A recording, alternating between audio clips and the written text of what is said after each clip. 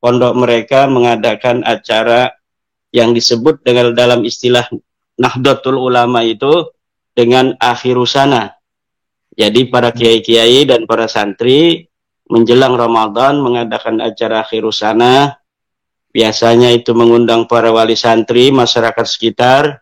Di situ saya disuruh memberikan pencerahan, terutama tentang polemik nasab. Ini rupanya para kiai-kiai ingin sekali mendapatkan secara langsung bagaimana selama ini yang mereka lihat di YouTube, seorang dari Banten yang telah membatalkan nasab Balawi, mereka ingin melihat wajahnya langsung. Ini coba, ini wajahnya ganteng seperti di YouTube, apakah tidak begitu?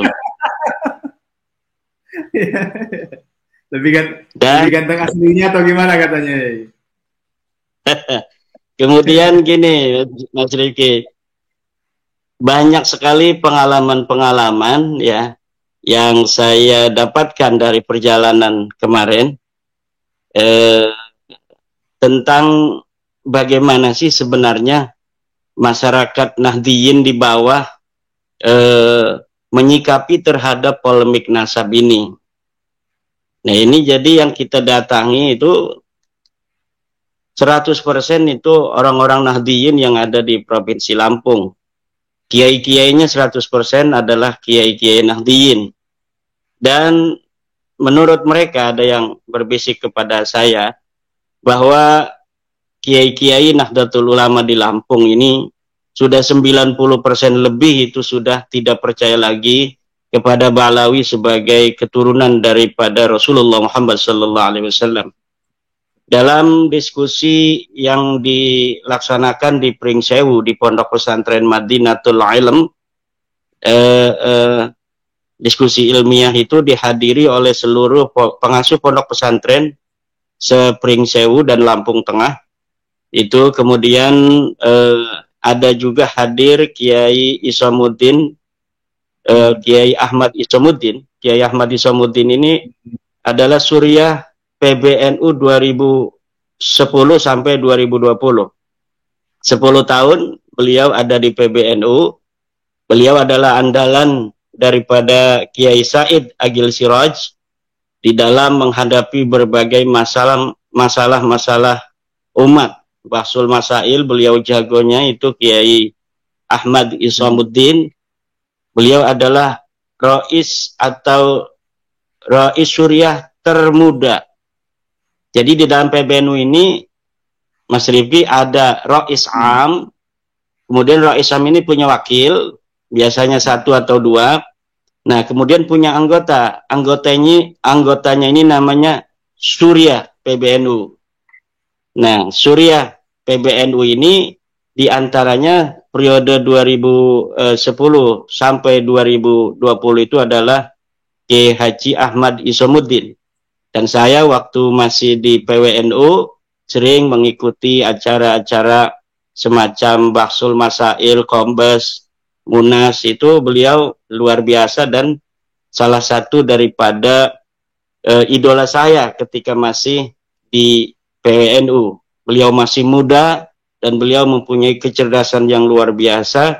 Nah, kecerdasan inilah yang kemudian membawa hari ini beliau langsung percaya kepada penelitian saya dan menyatakan bahwa memang sebuah pengakuan tanpa bukti itu nggak usah dipercaya. Dan dengan tidak langsung mengatakan bahwa orang yang percaya kepada Balawi sebagai cucu Nabi tanpa bukti hari ini adalah orang-orang yang memang tidak memiliki metodologi pengetahuan untuk mencari kebenaran. Sebagaimana yang diperintahkan oleh Allah Subhanahu wa taala juga dalam Al-Qur'an, wala tahfu ma laysa laka bihi ilm fatabayyanu dan lain sebagainya, itu tidak dilakukan oleh orang-orang yang mengaku sebagai ulama bahkan hari ini, tetapi mereka tidak mempunyai keinginan untuk menggali sebuah informasi, apakah informasi itu pantas untuk diterima, pantas untuk diyakini ataukah tidak. Tetapi berbeda dengan Kiai Isamuddin ini, karena beliau adalah betul-betul apa namanya itu saya mengetahui bagaimana basis-basis logika beliau ketika masih di PBNU. Ya, hari ini langsung beliau selaras dengan kita bahwa memang Balawi ini bukan keturunan baginda Nabi Muhammad SAW. Dan juga ada informasi menarik ini untuk Mas Rifki, bahwa dulu kan saya 1 tahun kemarin juga kurang lebih yaitu pernah mengadakan acara diskusi di Lampung. Berbeda sekali diskusi tahun ini dengan diskusi tahun kemarin itu. Kalau tahun kemarin itu yang hadir orang-orang NU masih banyak yang bertanya macam-macam. Dalam hatinya masih gundah gulana, bahkan nyerempet menyalahkan saya dan lain sebagainya. Tapi kemarin saya lihat apa namanya yang hadir itu kiai-kiai pondok pesantren Sepring Sewu dan Lampung Tengah, itu kayaknya udah 100% semuanya sebenarnya tidak percaya pada Balawi sebagai cucu Nabi, cuma mengadakan dialog dan diskusi ilmiah itu hanya sebagai ingin menguatkan apa yang ada di kesimpulan di otak dan hati mereka saja. Jadi sebenarnya mereka sudah punya kesimpulan, para kiai-kiai pondok pesantren ini di Lampung, bahwa Balawi ini bukan cucu Nabi. Kalau saya kan mengadakan diskusi itu untuk agar ini para pengasuh pondok pesantren yang masih ada keraguan di hatinya, kemudian bisa untuk bertukar dalil, bertukar informasi. Coba sih yang mengatakan bahwa Balawi ini masih diakui sebagai cucu Nabi, mana dalilnya? Kan kita memerlukan itu agar kita bisa juga untuk menjawabnya nanti. Tapi ternyata kemarin itu ciples tidak ada. Jadi dari suasananya saja dari awal ketika saya itu hadir, itu semuanya sudah sumringah berbahagia itu ketika ketemu saya. Jadinya saya ketika memberikan apa namanya itu materi juga itu tidak serius-serius banget. Tidak serius dan jadinya tidak sistematis juga karena kita sudah mengetahui mereka kelihatan dari wajahnya ini sudah merdeka semua. Tidak menjadi mukibin lagi. Kalau dulu waktu saya pertama diskusi di Lampung, di atas gunung itu Lampungnya, itu yang hadir itu mukanya masam, melihat saya tuh greget banget gitu. Kayak mau ngapain ini orangnya nih datang kemari katanya. Tapi ketika sudah selesai diskusi, baru wajahnya cerah gitu. Jadi mungkin hanya dengan melihat wajah saya itu apa namanya sihir-sihir Balawi itu bisa hilang begitu. Kalau secara langsung Mas Rifki. Makanya Mas Rifki tolonglah untuk ya jangan terlalu lama tidak bertemu saya agar sihir-sihir itu juga bisa hilang gitu dari Mas Rifki secara utuh gitu. Atau memang Mas Rifki sudah mempunyai apa anti sihir sendiri itu, wallahu a'lam. Alhamdulillah saya tidak pernah tersihir Balawi. Gimana ya? Masih ada satu yang menarik ya. Dari berbagai macam lokasi yang saya apa namanya itu kunjungi, itu di balik layar selalu ada diskusi berbisik. Jadi ada diskusi-diskusi bisikan, mereka bertanyanya satu banyaknya itu adalah bagaimana sikap PBNU. Ini yang saya susah jawab. Ya, bagaimana sikap PBNU. Tetapi secara apa namanya itu kekeluargaan, secara karena saya tahu bagaimana jiwa mereka itu inginnya PBNU bersama mereka di dalam menghadapi masalah yang dianggap oleh mereka ini besar, tapi mereka apa namanya menganggap bahwa PBNU ini tidak menyayangi mereka. Jadi seakan-akan PBNU menutup mata dengan apa yang mereka rasakan selama ini, dari penghinaan yang selama ini terjadi berpuluh-puluh tahun, dari pendawiran, dari berbagai macam apa namanya itu hal-hal yang tidak memanusiakan manusia yang dilakukan oleh Balawi, itu ketika mereka mendukung saya, kemudian PBNU itu seakan-akan masih berdiam diri, itu mereka wajahnya itu seperti menunjukkan wajah kesedihan, wajah memelas, ada juga wajah menyalahkan. Dari situ karena saya juga memahami apa yang ada di hati mereka, atau berusaha memahami lah. Kalau tidak tepat untuk memahami, saya berusaha memahami. Saya katakan begini, kita orang-orang NU wajib menjaga NU, wajib menjaga jamaah NU, dan wajib menjaga kehormatan pimpinan di PBNU. Adapun di dalam masalah organisasi, apapun yang kita rasakan, kita harus tetap sam'an wa ta'atan secara organisatoris ke PBNU.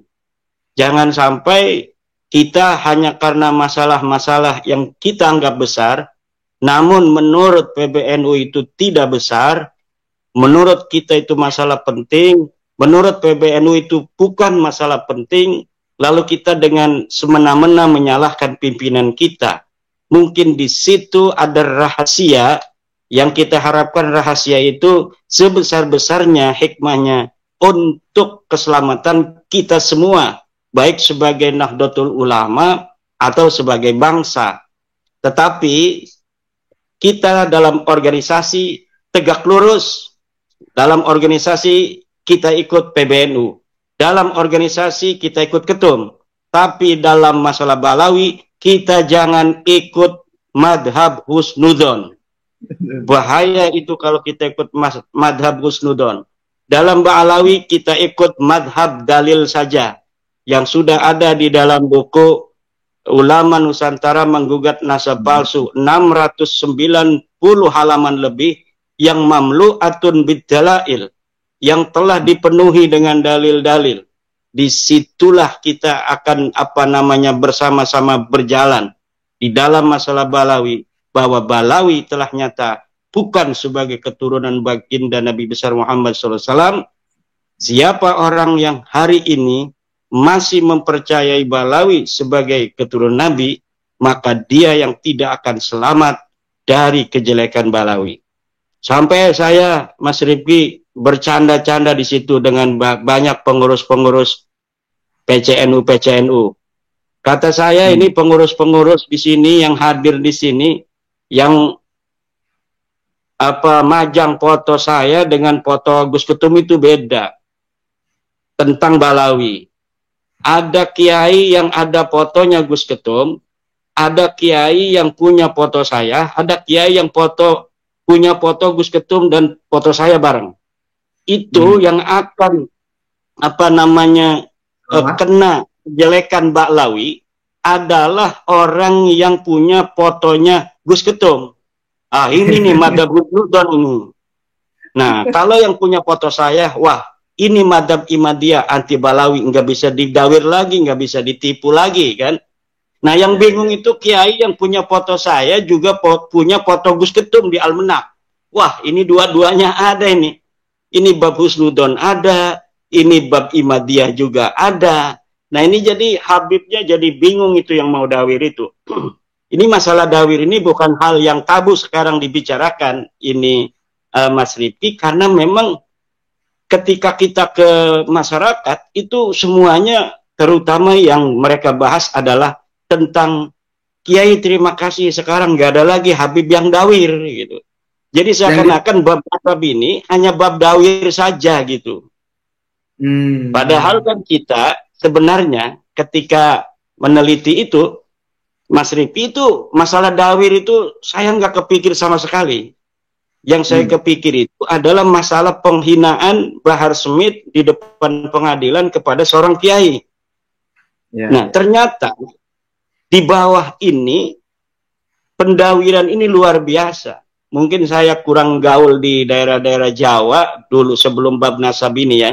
Saya tahunya di lingkungan saya ada Habib-Habib ada, tapi nggak ada yang berani kan dawir-dawir besar-besar begitu. Minta 40 juta, minta 50 juta, minta mobil, nggak ada di sini di Banten. Tapi ternyata di daerah lain, terutama yang saya tahu di daerah Jawa Tengah, Jawa Timur, hal itu sudah biasa. Mereka memaksa, kalau tidak dikasih kemudian mereka akan mendoakan jelek kepada orang yang tidak mengasihi itu. Demikian mungkin sekilas tentang perjalanan saya ke Provinsi Lampung.